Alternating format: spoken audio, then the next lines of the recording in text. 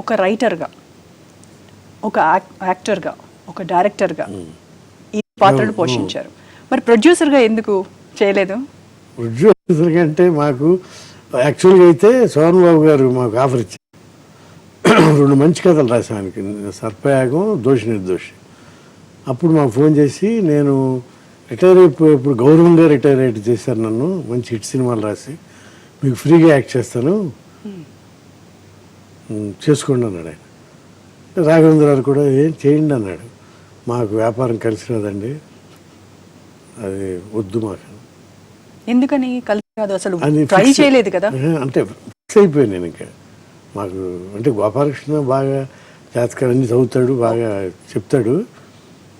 అది తెలిసిపోతుంటుంది మన లైఫ్లో, మన ట్రావెలింగ్లోనే. మనం ఏదైనా చిన్న చిన్న ఆస్తులు కొంటాం, అవి ఎక్కడ కలిసి వచ్చింది ఎక్కడ పోయింది తెలిసిపోతుంది కదా మనకి. సో అలా బేరీజ్ వేస్తున్నారు, వద్దులేదు అని. వ్యాపారం వద్దు. ఓకే.